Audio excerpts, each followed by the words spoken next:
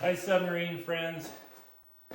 I think I'm going to name today's video I'm a Bonehead. So there's a very good reason that we always pull a vacuum test on submarines. I even would pull a vacuum on my deep worker, which is a two-person with two domes, one behind the other. And I would pull a small vacuum just to make sure that the domes were sealed because the hinging system is quite finicky. But anyways, as a rule, every spring I pull a vacuum on my submarine, whichever submarine I'm using that year. And that's just to ensure that I didn't forget something. So today I hooked up my vacuum pump to my vent in my hatch. Now it's a small vacuum pump. It's actually just a compressor, and I put a fitting on the suction side of the compressor head. But it's a small compressor. But anyways, I wanted to put the dome in, the front dome, so I pull a vacuum so the dome window stays in there. Well, I couldn't get it to pull a vacuum. Gee. And I put weights on the hatch, because the hatch dogs aren't installed yet. But the weight of the hatch should seal it. So I couldn't get a vacuum. Just would not pull, I just couldn't pull a vacuum on it. So luckily my wife showed up and she helped me hold the dome in place because it's all greased and wants to fall out. It's just a real bugger to put in there. But anyways, she helped me put it in there, and then I put a ratchet strap on to hold it, and then I was able to bolt it in. But it still bothers me why I couldn't pull a vacuum.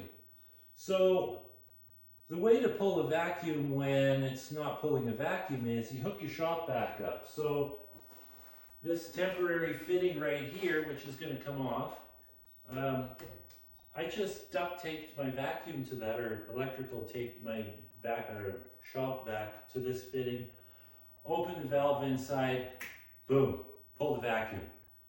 You can't pull the hatch open for the life of you. Like it's just that, it works that well. So I shut off the vacuum cleaner and I put a plug in here, and I'm listening. Well, it turns out I'm a bonehead. So when I had a big oil leak in the submarine over the winter, I just flooded it with oil back in the engine compartment. So I drilled a hole in the hull to drain the oil out. So I completely forgot about it. Totally forgot about it. I mean, I made a hole in the hull, and I made a bigger hole in the ballast tank section so that I can run a tap in it and put a plug in it.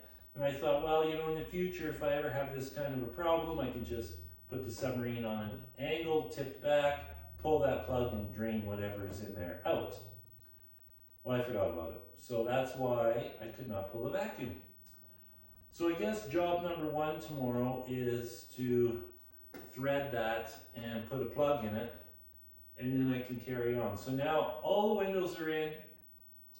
She's all airtight except for that hole that I drilled. So tomorrow I'll just continue putting all the bits and pieces in. Most of it's done now. Put my dive planes back on. And this really worked out well. I just put these big bolts in here, but the dive planes has a rod that goes right through. And I just put a strap on that, pick it up with my crane, and the whole deck comes off. Super nice, super easy. So that's it for today. Oh, and I got my exhaust stack in. That's a temporary stack because the muffler I was going to use is not going to work. So I got to source a muffler that I can put in there.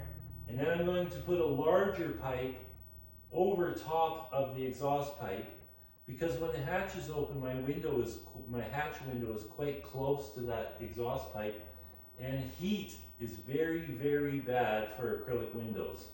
So I have to shield it. And if that's going to be a problem, I have no choice but to reroute that exhaust away from that window. I guess I could come up, back, and then up again to get some distance from that window. But right now it's probably 6 inches from the window, so I think I can heat shield it. So that's it for today. I'm a bonehead. Ciao.